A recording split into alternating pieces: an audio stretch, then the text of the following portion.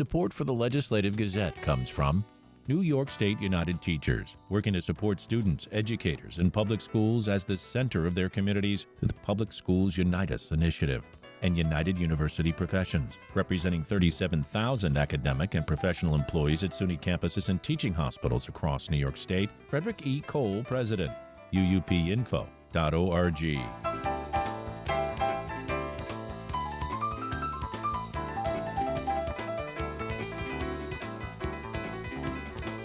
A state Supreme Court judge struck down New York's Equal Rights Amendment from the November ballot. Democrats who are counting on the measure to help generate voter turnout say they will appeal. The Legislative Gazette's Karen DeWitt reports. The amendment would enshrine the right to abortion in the state's constitution and protect discrimination against gender and gender identity. State Supreme Court Justice Daniel Doyle did not address the content of that amendment, but he instead ruled that the Senate and Assembly's vote on it during a July 2022 session on gun safety violated required procedures. Floor votes require a signed opinion from the state's Attorney General, which Doyle says was never written. The New York State Assemblywoman who filed the lawsuit, Marjorie Burns, is a conservative Republican who opposes abortion. But she says she sued along with two citizens because she believes things need to be procedurally correct. And she says it's up to the minority party in a Democratic-dominated state to hold the majority party accountable. I did vote against the concurrent resolution both times in 2022 and in 2023. And should it come up again this year, which it might now in order to get the two consecutive votes and sessions in, I'll vote it against it again. But, really, this lawsuit was 100% about the procedure that was utilized. One day earlier at the Capitol, former GOP congressman and candidate for governor Lee Zeldin held a news conference urging New Yorkers to oppose the amendment. He says its passage would take away medical decisions from parents whose children seek treatments for gender dysphoria and would require transgender women to compete with biological women in school sports teams. The issue of transgender women in sports has become a flashpoint in recent culture wars. From looking at history, that there has been no greater attack on women's rights and girls' rights in this state than this proposition. Attorney General Tish James, in a statement, says the decision is disappointing but will be appealed. Governor Kathy Hochul, who has championed the Equal Rights Amendment, said in a statement that at a time when Donald Trump and his anti-abortion allies in New York are trying to undermine our rights, the decades-long fight to protect equality and reproductive freedom won't be derailed by one extremist judge. Senate Democratic Majority Leader Andrea Stewart-Cousins says she fully expects the appeal to be successful. According to the reading of all of our very competent counsel, the lack of the AG's opinion does not negate the validity of our amendment. So we believe that we will be successful upon appeal, and we will certainly appeal that so that people will have the right to vote this November in terms of codifying our reproductive choice. The state's highest court, the Court of Appeals, is dominated by liberal-leaning judges, although the outcome of any one case before the court can't be predicted. Democrats were already planning to spend millions of dollars on efforts to promote the amendment and to drive voter turnout in November. Several key congressional seats in the state and potentially the political control of the U.S. House of Representatives will be in play in New York this election season. In Albany, I'm Karen DeWitt for the New York Public News Network.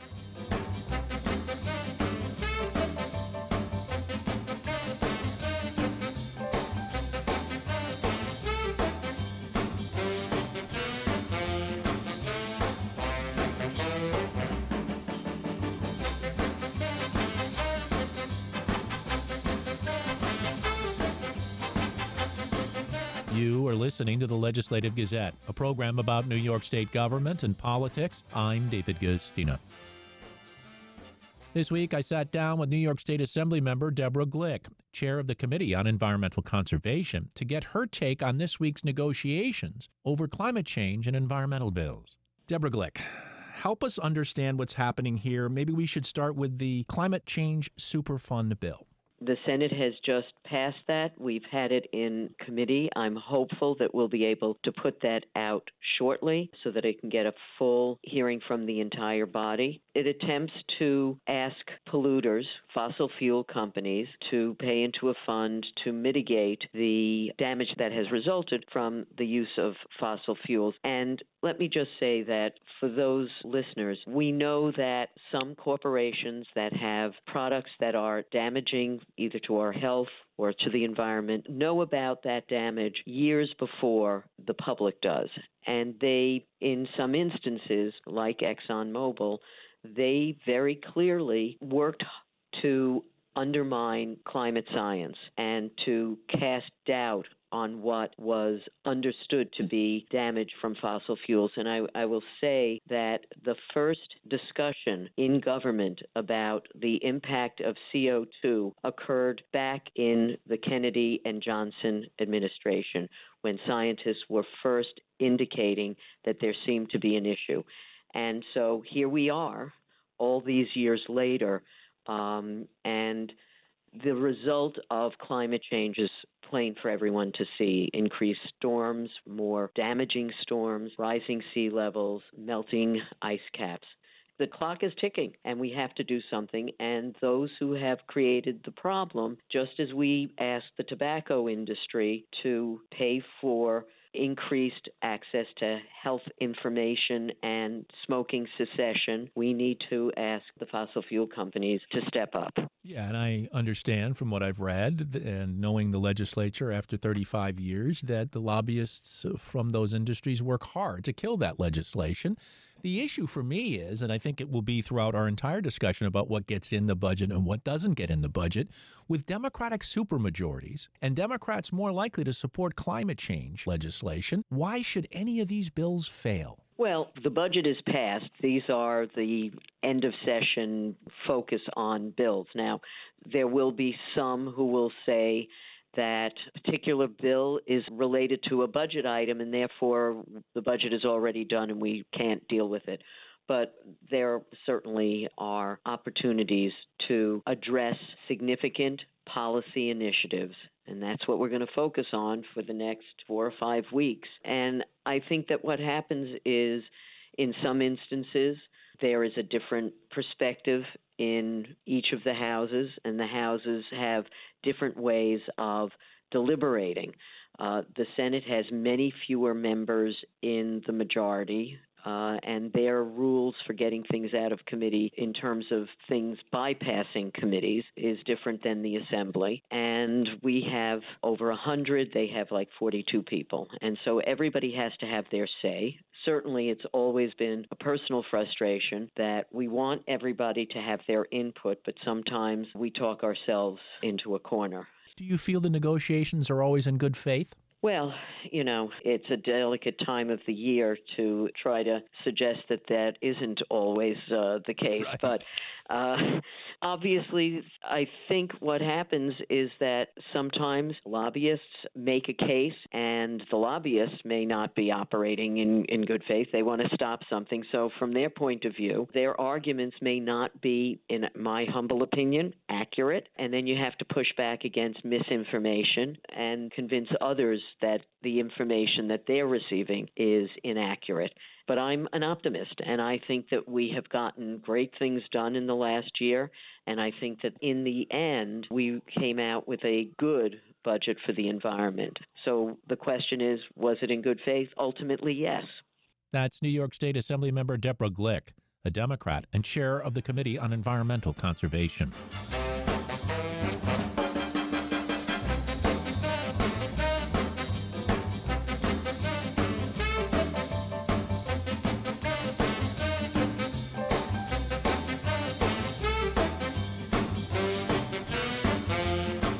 You are listening to the Legislative Gazette, a program about New York State government and politics. I'm David Gustina. Meanwhile, New York State lawmakers back in Albany this week are generally optimistic about the remaining weeks of the legislative session. Dave Lucas with that story.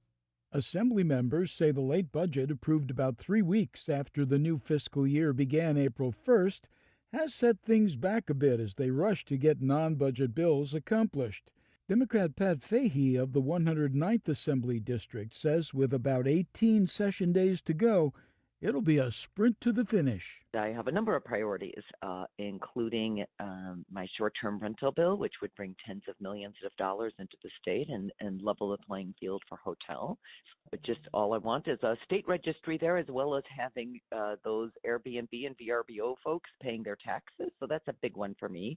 I've also got the heat bill that fell out of the budget. Fahey adds there's a host of other issues, including higher education and addressing health care shortages.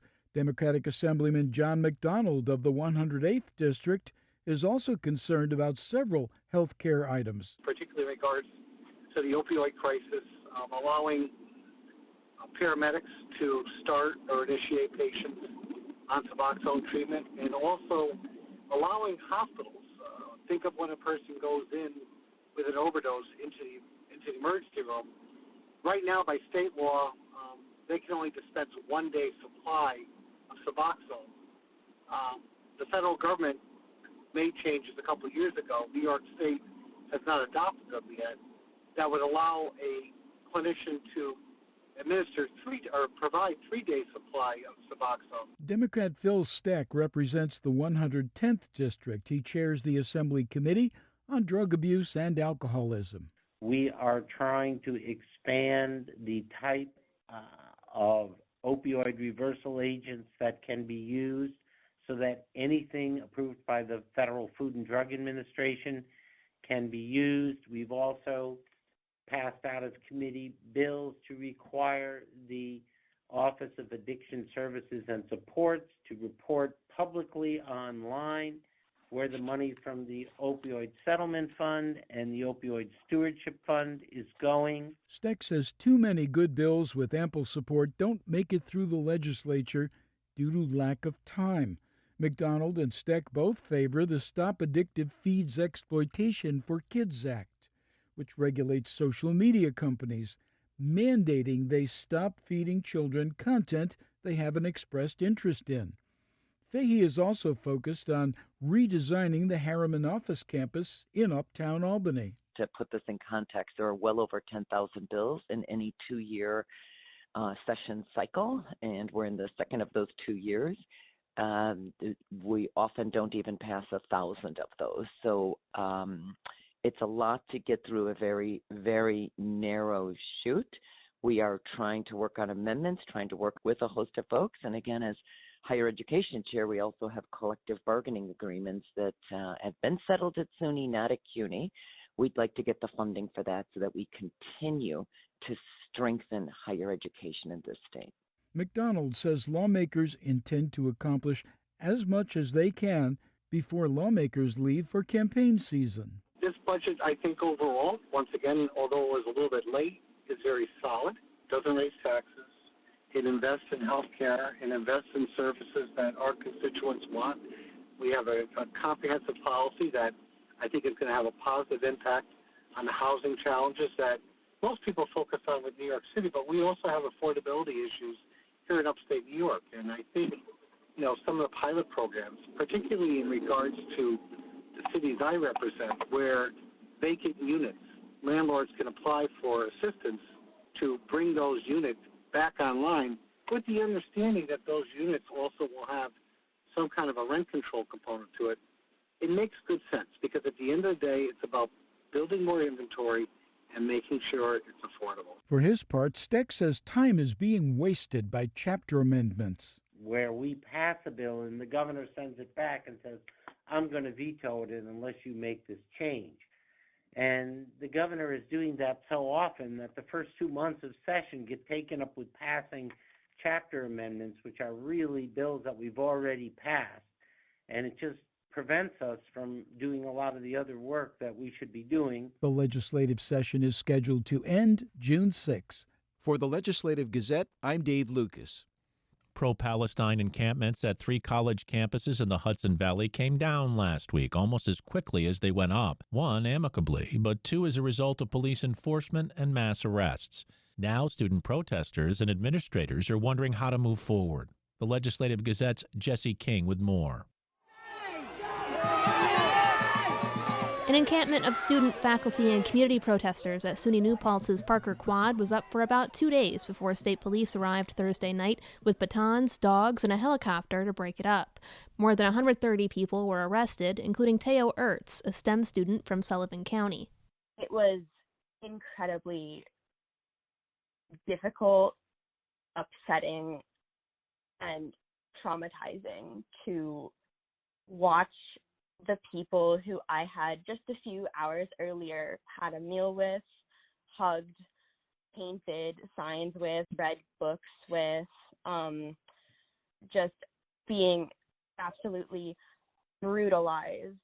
Ertz says the protesters were calling on SUNY New Paltz to completely divest from companies tied to Israel, specifically a technology company Siemens, in response to the country's continued bombing in Gaza. When police arrived, much of the group decided to sit down and lock arms, but Ertz volunteered to walk around the quad and bring any protesters who might become injured to the group's self-appointed EMTs. If anyone was injured, though, they didn't receive a hand from Ertz. Ertz was arrested early on. I was just praying that everyone would be okay by the end of this. Ertz says they were charged with a violation of trespassing. In the run-up to the arrests, SUNY New Paltz said the use of overnight tents on campus without authorization is a violation of the student handbook, and that administrators repeatedly tried to de-escalate the situation by speaking with protesters. In a statement Friday, President Darrell Wheeler called the decision to bring in law enforcement, quote, among the most difficult I have had to make at any point in my career, end quote. Evan Holland Shepler, Democratic chairman for the Village of New Paltz, was also arrested Thursday. What did this accomplish? I guarantee you they're going to feel less faith in their university. To me, it expended so much time, so many resources, and traumatized so many young people in a formative time for nothing. Since October, more than 34,000 Palestinians have been killed in Israel's bombing, according to Gaza health officials. Israel says the offense is necessary to root out Hamas terrorists who killed more than 1,200 Israeli citizens on October 7th, but pro-Palestine demonstrators in the U.S. have equated the bombing to genocide. Encampments in solidarity with Gaza have sprung up at colleges across the country in recent weeks, demanding that administrators effectively join the, quote, boycott, divestment, and sanctions movement by disclosing and cutting financial ties with Israel. Last week, dozens of protesters at Columbia University were arrested after a group took over the campus's Hamilton Hall. As police broke up the encampment in New Paltz, officers also responded to a similar protest at Purchase College in Westchester County. There, about 70 students and faculty were arrested just hours after starting an encampment.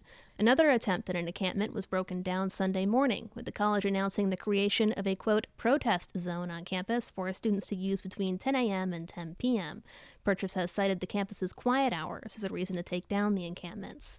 In a statement at WAMC, Purchase President Milagros Peña says, quote, I look forward to having the chance to finding common ground and moving forward as a campus community, end quote.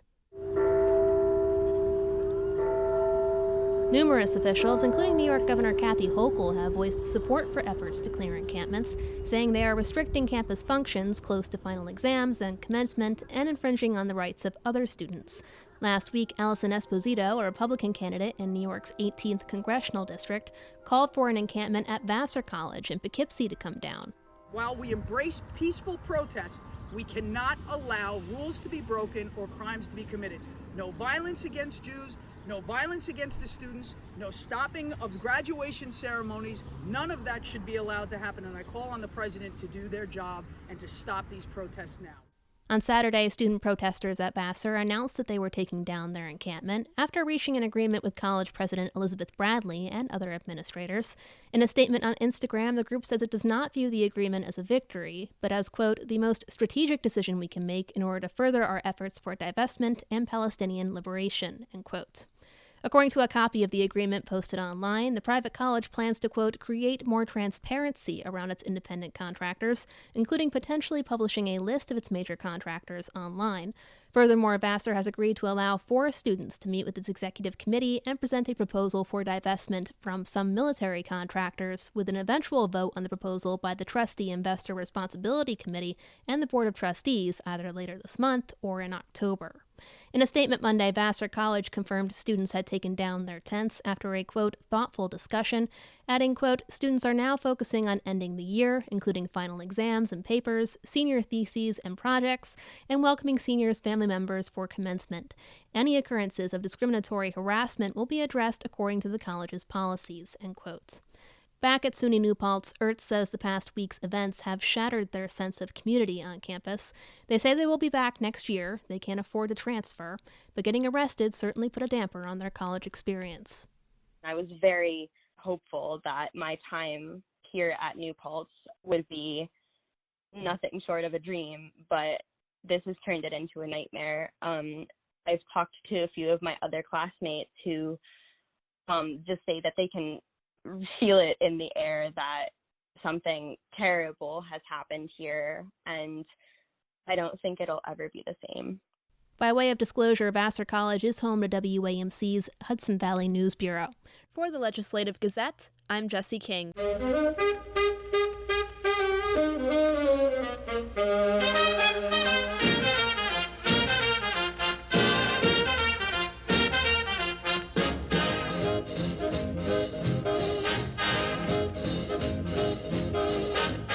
You are listening to the Legislative Gazette, a program about New York State government and politics. I'm David Gustina. Lake Champlain was the site of several Navy battles during the Revolutionary War and the War of 1812. The general consensus had been that it was best to keep shipwrecks in the lake because the cold, clean water helped to preserve them. But invasive species and climate change are increasing the risk of deterioration, and some are calling for the vessels to be removed from the lake. The current focus is on the Spitfire, which sank after a Revolutionary War battle, but raising it could take decades and millions of dollars. The Legislative Gazette's Pat Bradley explains. The Spitfire is a gunboat that sank when the Americans retreated after the Battle of Valcour Bay on October 11, 1776. In 1997, a survey team from the Lake Champlain Maritime Museum found the gunboat on the lake bottom in pristine condition. The Clinton County Historical Association hosted a recent talk by Lake Champlain Maritime Museum Director Emeritus Art Cohn on efforts to raise the Spitfire from the lake bed. I was in this room 7 years ago to announce our first level of concepts, of thoughts about how we best preserve this boat. I was part of the team that discovered the Spitfire 27 years ago. And unlike probably your imagination that, on the day he discovered the boat, they were jumping all over the place and opening the champagne, and I can tell you it was the opposite of that. It was a sobering reality that had to be taken care of, managed in the best possible way we knew how to do that. The Spitfire is really right in the middle of an evolving societal issue. Who gets to manage these shipwrecks, and how do we best preserve them for this and future generations? One attendee felt if the Spitfire is raised, it should remain in the community to help increase tourism and historical awareness. Cohn said while that is not the primary reason to remove it from the lake water, it is a substantial secondary purpose. That's not why we would do it, but I think that's important to look at that. This boat fought at the Battle of Valcour Island under the command of Benedict Arnold with a cast of characters that are important to understand. So I think there's some really high values to be served there. The project to raise the Spitfire began in 2017. Outside the venue, before he began his presentation, Cohn explained that a 22-year timetable and estimated $44 million cost have not changed. Some of the logistics have changed to make it easier. New York has expressed an interest in possibly taking a leadership role. And so it's actually consolidated some of the issues for us. And so I think that's part of the new examination that we're having at this time. Cohn says he has been doing nautical archaeology for over 40 years and until now has never recommended that a boat be recovered from the lake's waters. For most of my career, I've been very vocal about leave them where they are unless there's a compelling reason to talk about disturbing them. Leave them in situ. That's the best option. We built replicas so that we didn't have to raise originals. By the same token, based on the environmental changes, and it's driven by now that we have invasive mussels in Lake Champlain, we've done a study. We can predict that those mussels will encrust this boat and they will degrade it. So we've got a little bit of a window to plan. Cohn adds they are reviewing other shipwreck projects and the engineering required to successfully raise the Spitfire. It's a Champlain Valley project.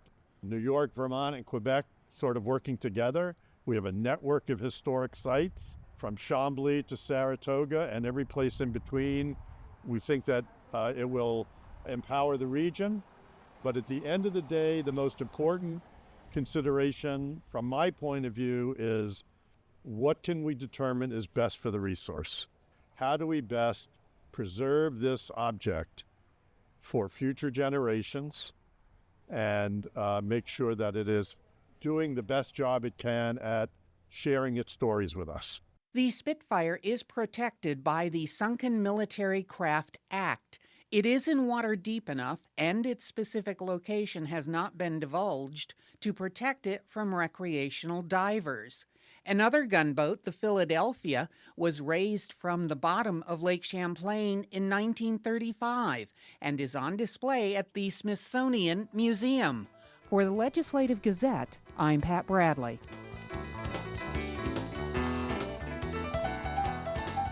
And that about does it for this week's show. The Legislative Gazette is a production of WAMC Northeast Public Radio. We had help from the New York Public News Network. You can listen to the Legislative Gazette anytime at WAMCpodcast.org or anywhere you get your podcasts. Look for program number 2419. And join us again next week at this same time for more news on New York State government and politics. For the Legislative Gazette, I'm David Gustino.